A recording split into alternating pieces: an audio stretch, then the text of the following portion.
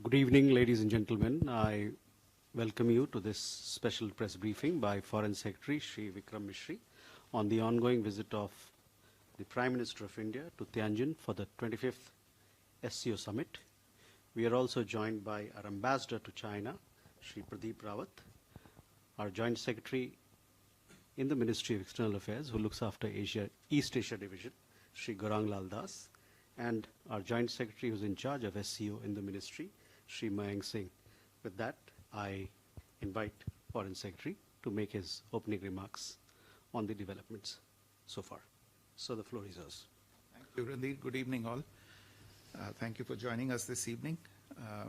As you're all aware, Prime Minister is on a visit to Tianjin for the SCO summit taking place here. He arrived in Tianjin yesterday evening to a warm reception by the host government and subsequently a very vibrant cultural reception by the Indian community in Tianjin.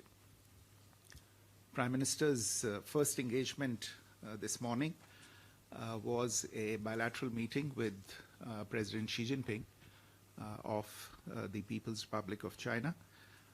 We've released a statement on that meeting. You would be aware of the details. Let me just fill you in on a couple of aspects of the meeting.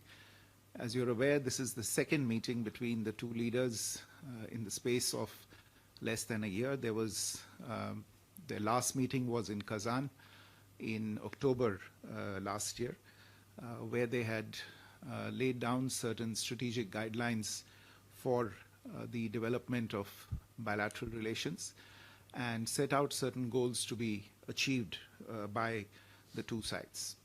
In their meeting this morning, both the leaders were happy to note the progress that had been registered, the actions that had been taken since the meeting in Kazan, and the momentum that had been maintained in bilateral relations since that meeting, especially in the domain of people-to-people relations. This morning, the leaders shared with each other their perspectives for longer-term growth and development of the two countries. They spoke about their respective understanding of principles for bilateral relations, which it is expected will help guide the future work of the two sides as we work on other aspects of the relationship.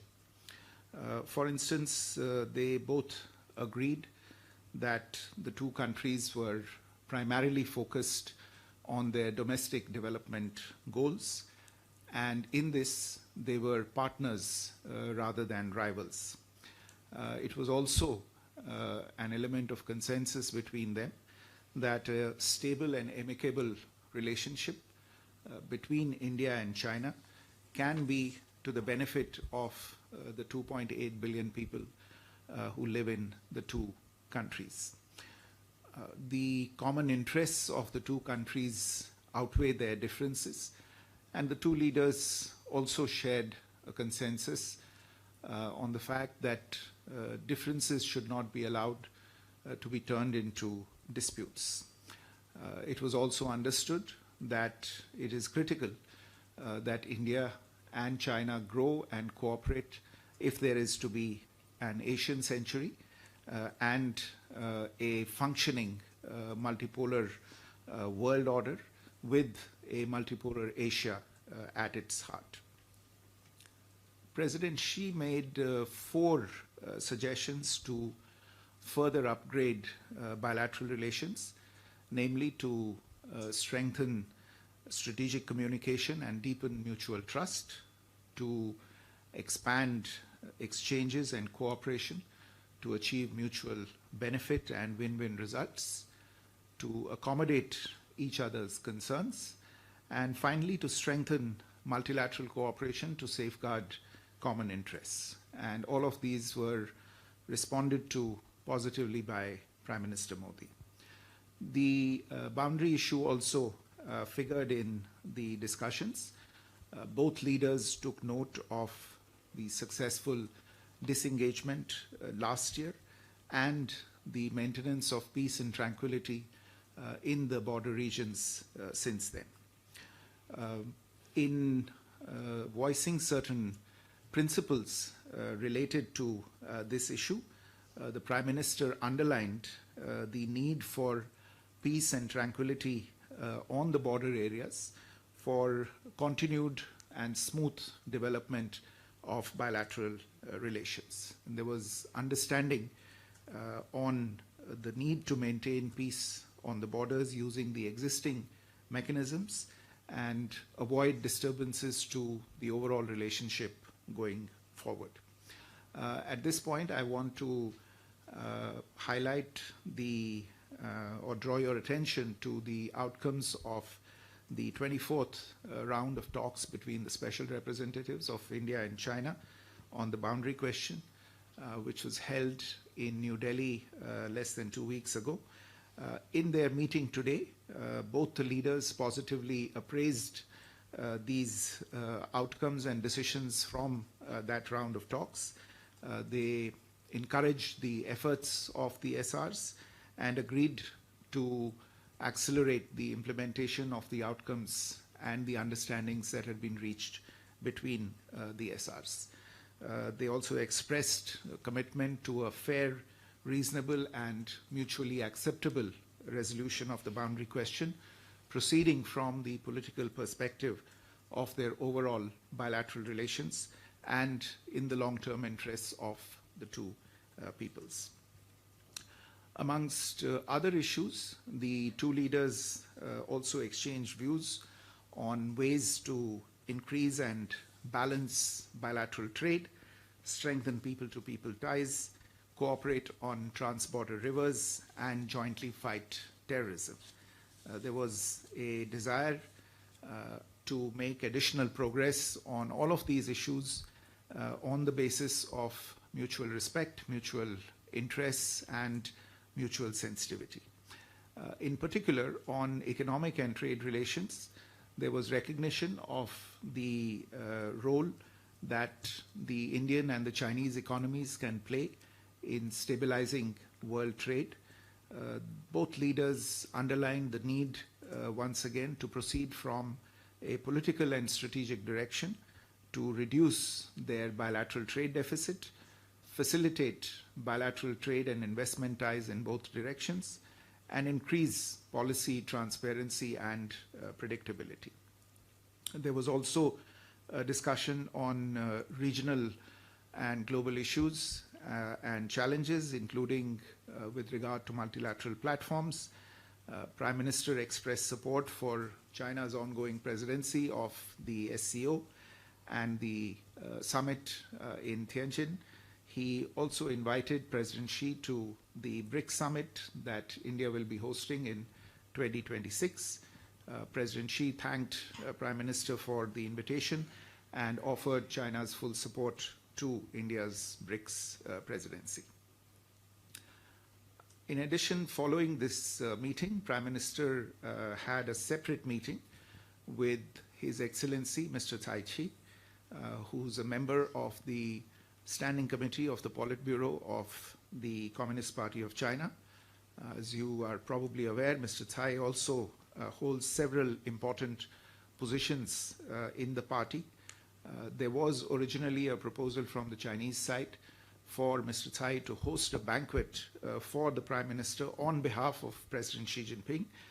This was meant as a special gesture to show the importance attached by China to the visit of the Prime Minister, which was taking place after a hiatus of nearly 7 years.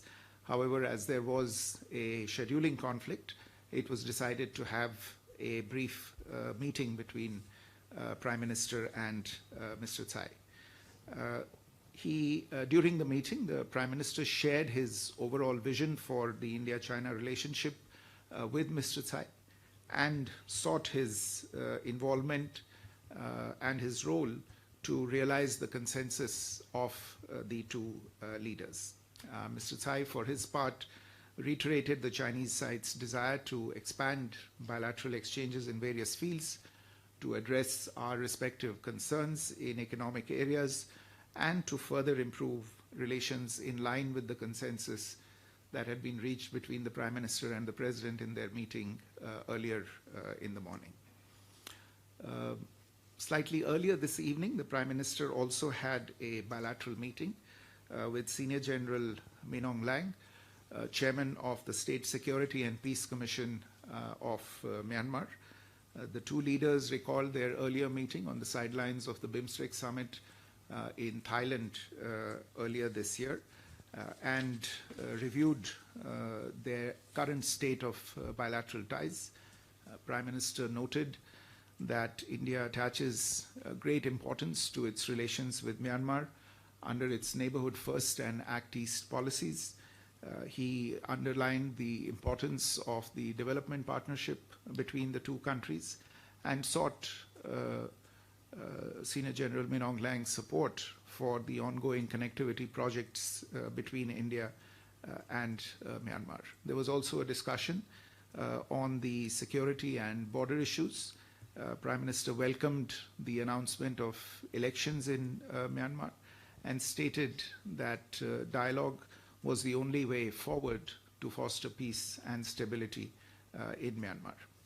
A short while ago in the evening, Prime Minister attended the official reception of the 25th SCO summit hosted by President Xi Jinping for the visiting leaders. Tomorrow, Prime Minister will be addressing the plenary session of the summit, where he will outline India's approach to fostering regional cooperation under the SCO umbrella.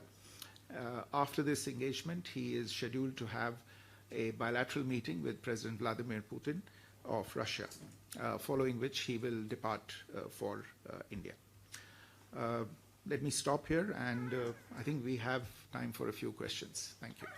Okay. So we go from Manish, please.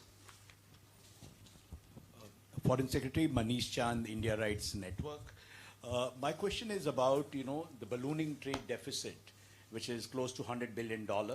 You spoke about having a balanced economic relationship. What concrete measures, steps were unveiled?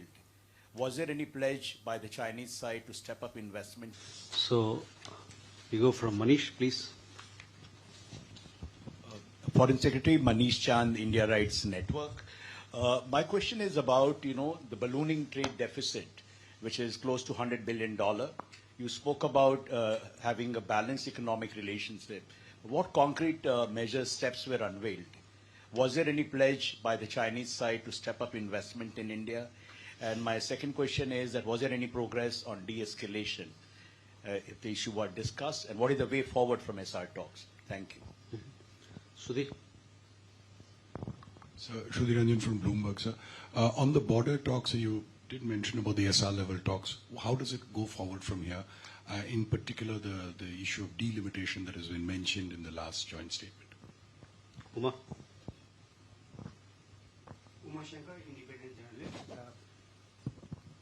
Uma Shankar Singh, independent journalist.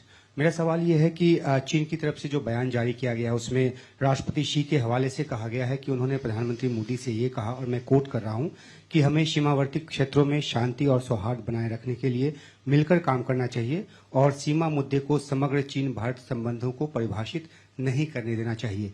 सवाल यह है कि भारत क्या चीन के इस रुख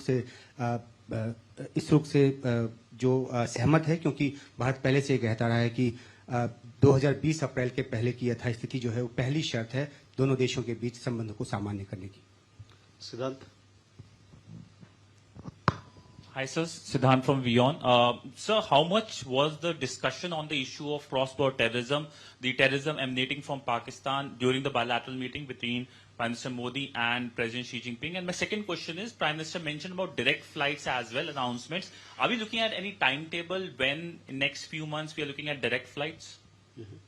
Megha. So I'm Megha Prasad from ABP. My question is about the conversation that President Zelensky had with Prime Minister Modi yesterday. And he puts out on Twitter and he says that while he was talking to Prime Minister, he's also said that Ukraine reaffirms its readiness for a meeting with the head of Russia. Now, Prime Minister is meeting President Putin tomorrow. Is there some sort of an expectation from Ukraine that India would mediate? If yes, what's the stand that India would take in this situation? So we can take these questions first.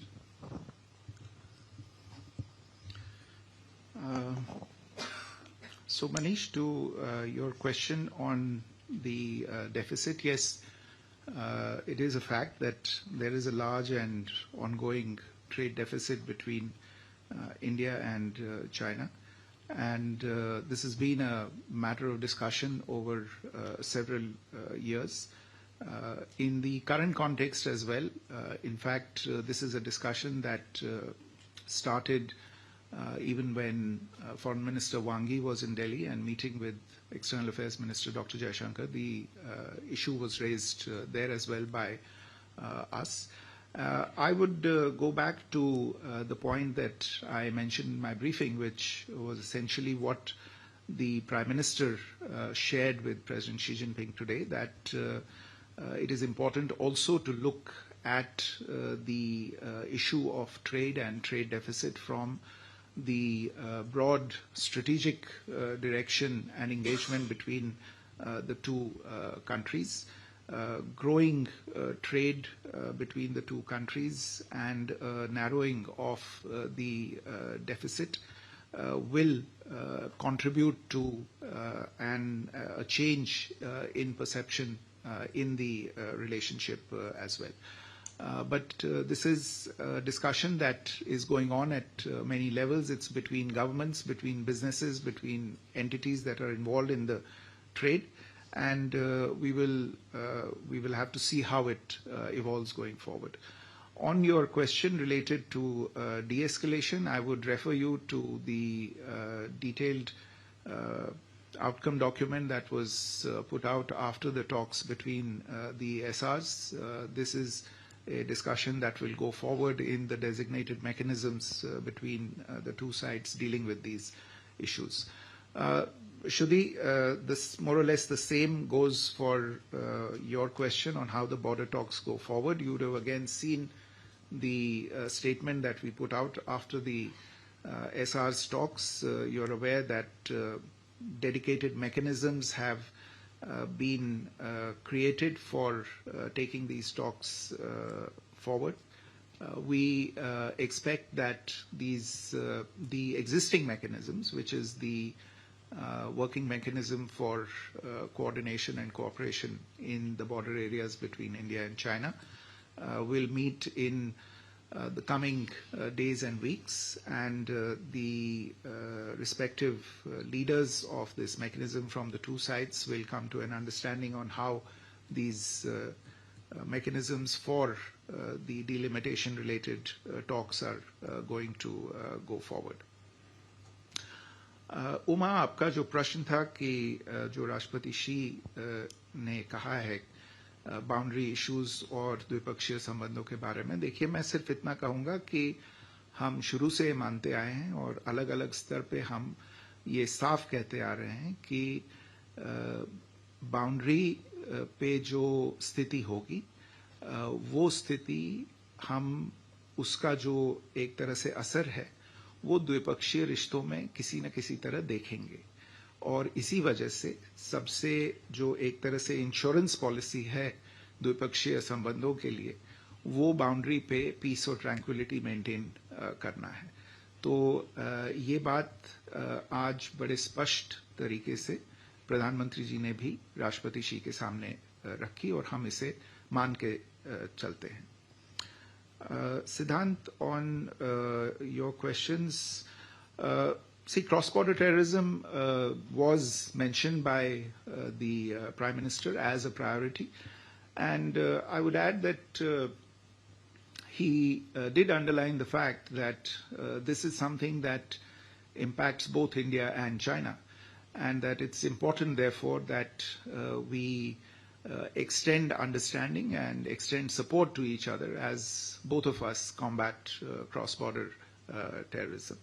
And I would, in fact, like to say that we have received the understanding and cooperation of China as we have dealt with the issue of cross-border terrorism in the context of the ongoing SCO summit.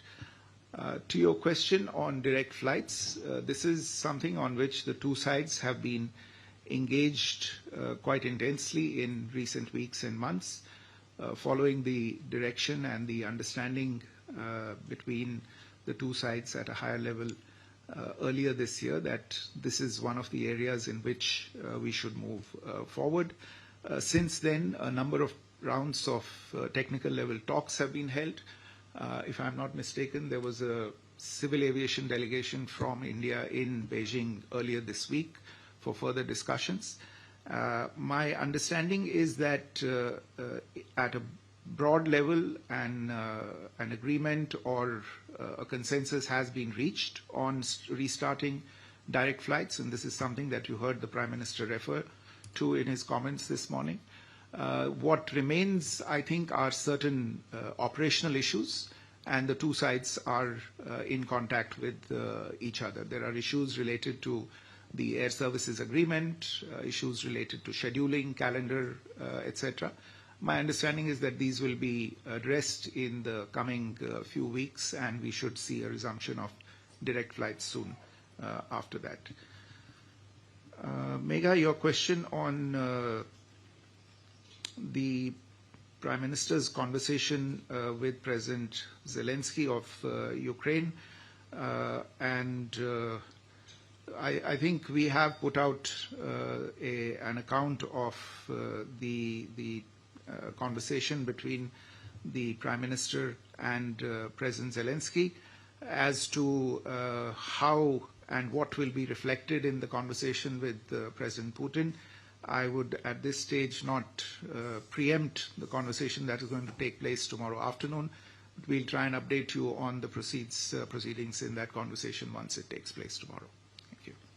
Okay, Gauri. So Gauri Dwivedi from NTTV.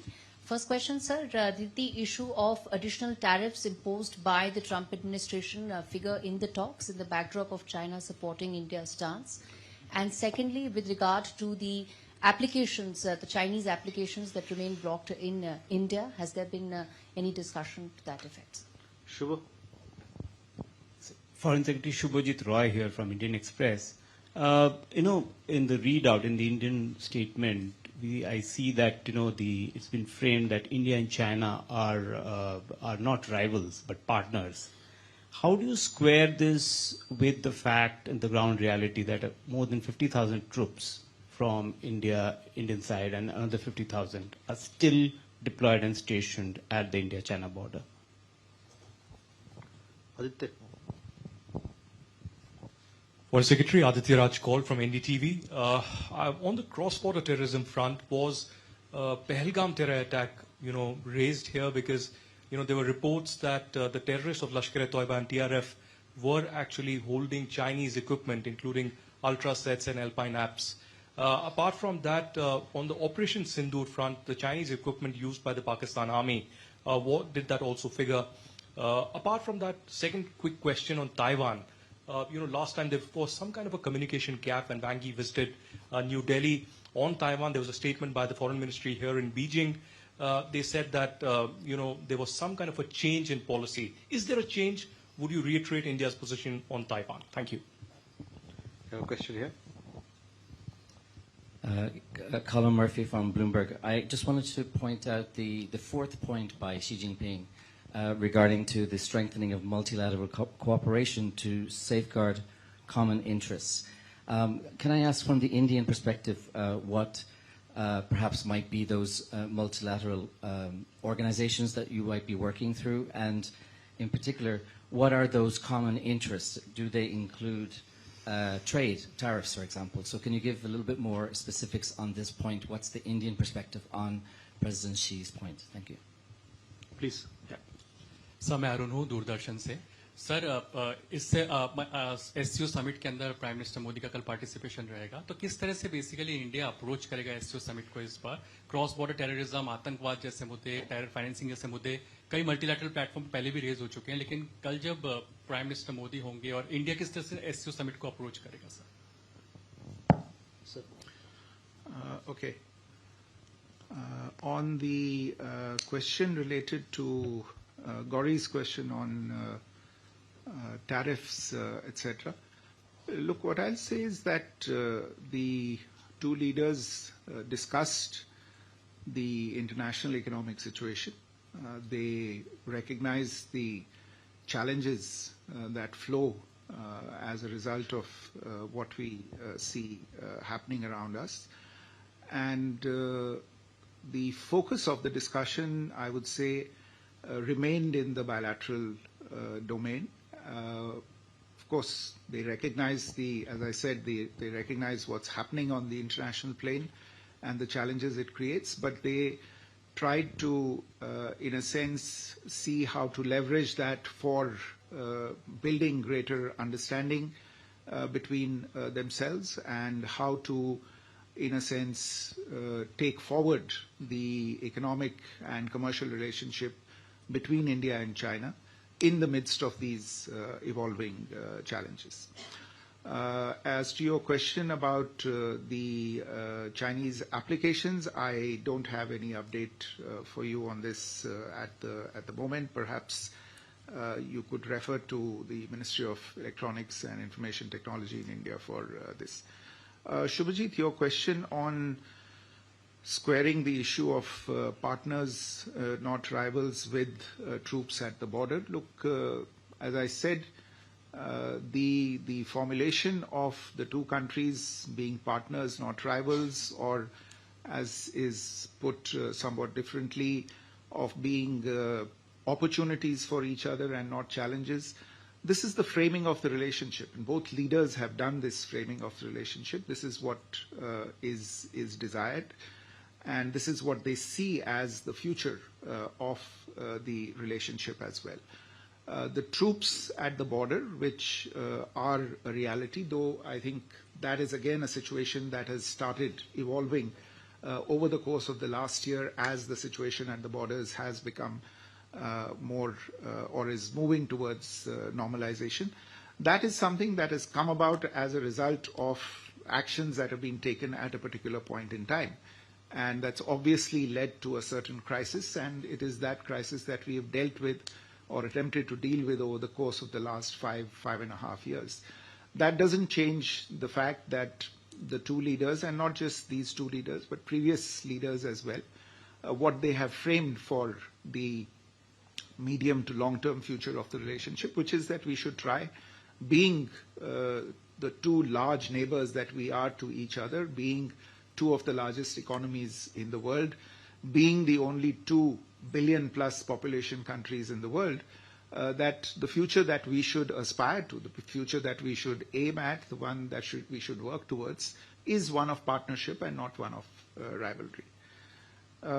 Aditya, on your questions related to cross-border terrorism, look, all I'll say is that without going into the specifics, that the issue was discussed. It was raised by the Prime Minister, and he outlined his understanding very, very crisply and very specifically on this issue. As I said, he outlined the fact that this is a scourge that both China and India have been victims of, and India is still combating this menace.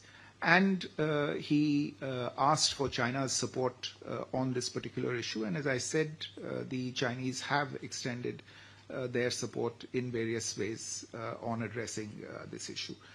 As to your question on Taiwan, the answer is quite simple. There is no change in India's position on Taiwan. Kolam's question on the specifics of the two leaders talking about strengthening multilateral cooperation to safeguard common interests.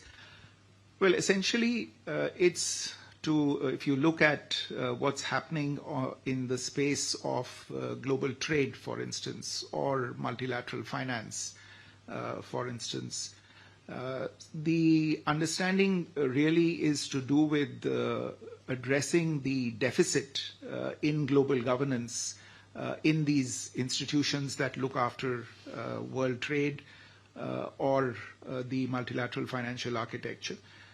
Obviously, there is a deficit in how the WTO is working, for instance. There is even a deficit in how the United Nations is working at this point in time. These are obviously common interests for two countries such as India and China that are large actors on the international commercial, economic and financial stage. And therefore, it is obvious for them to have a certain amount of understanding in strengthening these institutions that were originally tasked with looking at these issues. आपका जो सवाल था SCO को लेके, देखिए SCO की बैठक कल शुरू होने वाली है और मेरा अनुमान है कि SCO के बैठक के बाद हम एक वक्तव्य उसके बारे में निकालेंगे, तो अभी प्रीजज न करें, उसको प्रीएम्प्ट न करें, कल उसके बारे में कुछ समाचार आपको देंगे.